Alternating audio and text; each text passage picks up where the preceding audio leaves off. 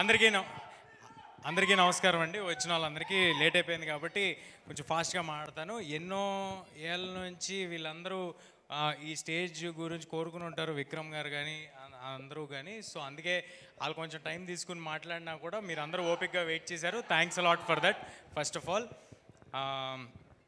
ముందుగా రోటీ కపడా రొమాన్స్ గురించి చెప్పాలంటే గోపి గారు గుర్తొస్తారు ఫస్ట్. ఎందుకంటే ఇది ఆయన పోరాటం. గోపి గారు ఇప్పటికీ నాకు తెలిసి ఎంతమంది కొత్త టాలెంట్ ఇంట్రడ్యూస్ చేసి ఉంటారంటే హీఈస్ అన్ ఇన్స్పైరింగ్ పర్సనాలిటీ అందరికీ.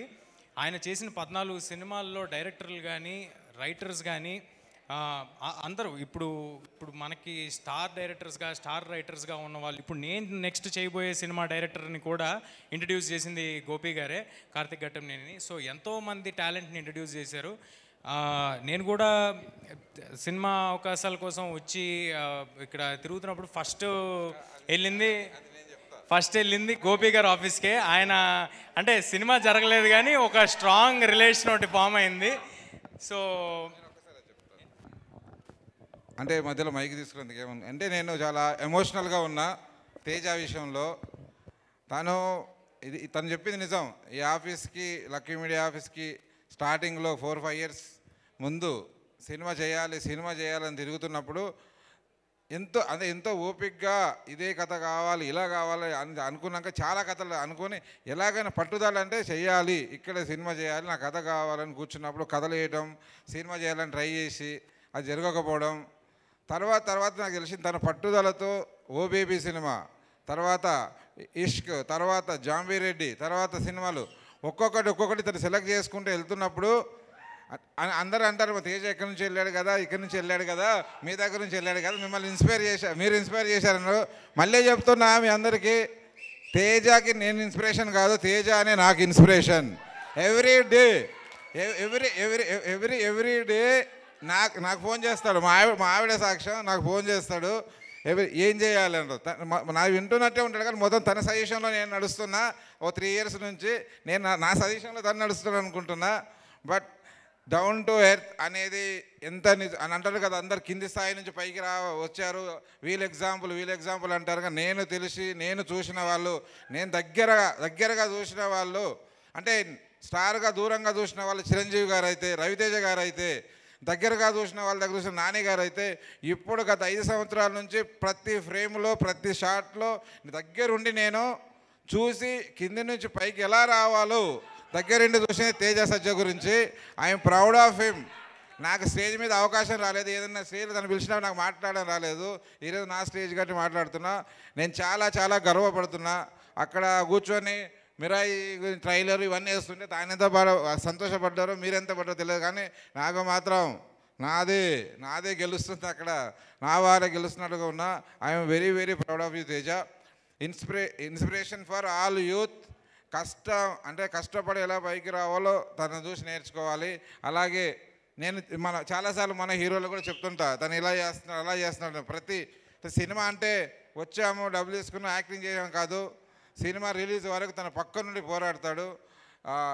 కంగ్రాచులేషన్స్. ఇప్పుడు తీసిన ఇంతకుముందు హిట్ అయిన సినిమాకి, ఇప్పుడు తీయబోయే సినిమాకి నేను ఎక్కువగా మాట్లాడాము. నా సినిమా కొంచెం మాట్లాడు సార్. స్పీచ్ నాదని మైక్ ఇచ్చారు సార్, నాకు మీరు ఇచ్చేసారు. ఓకే, చాలా ఎక్కువ చెప్పారు గోపి గారు. ఆయన అభిమానం అంతే అది నా మీద.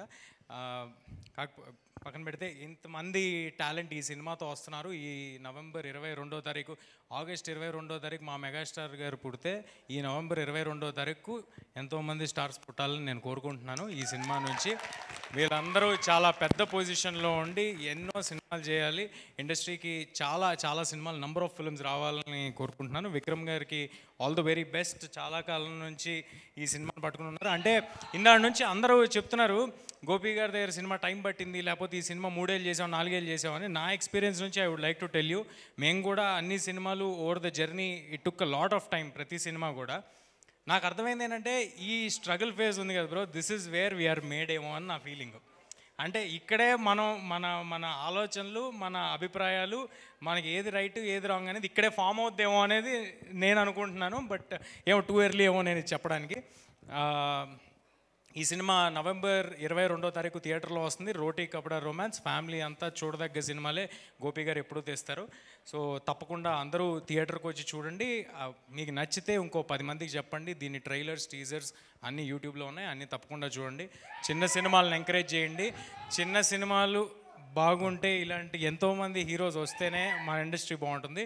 సో వీళ్ళకి కొంత ఉపయోగపడతానని ఫీల్ అయినా కూడా నేను ఫస్ట్ ఉండి వద్దాం అనుకుంటాను. ఎప్పుడు ఈ సినిమానే కాదు, ఎనీ స్మాల్ ఫిలిం ఎవరైనా నేను రావడం వల్ల ఏమైనా ఉపయోగపడుతుందంటే డెఫినెట్గా ఫస్ట్ ఉందాం అని థ్యాంక్ యూ ఫస్ట్ ఉందాం అని ఫీల్ అవుతాను. So to all the star cast, Harsh, Supraj, Tarun, Sandeep, Meghalekha, Sonu, Khushbu గారు, అందరికీ ఆల్ ద వెరీ బెస్ట్. ఈ సినిమాతో మీ అందరూ చాలా పెద్ద పొజిషన్కి వెళ్ళాలని కోరుకుంటున్నాను. హర్షవర్ధన్ రామేశ్వర్ గారికి చాలా ఫెంటాస్టిక్ మ్యూజిక్ ఇచ్చారు. ఆయనకి congratulations and all the very best.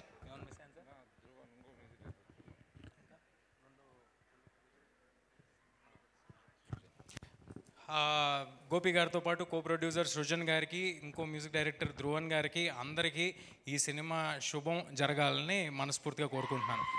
Thanks a lot. Thank you Teja గారు. Thank you so much for coming and gracing the event, ఇంత టైం ఇచ్చి.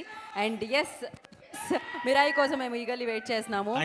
And all the very best for that. Geeta గారు మీకు కూడా థ్యాంక్ యూ. ఎప్పుడు ప్రతిసారి మమ్మల్ని చాలా వామ్గా వెల్కమ్ చేస్తారు. ఎప్పుడు చెప్పే అవకాశం రాలేదు, చాలా థ్యాంక్ యూ. కానీ చిన్న దాంట్లో గోపి గారి ఆధ్వర్యంలో మీరు నన్ను ఇరికించడం జరిగింది కాబట్టి దాని గురించి next time okay. Thank you అండి.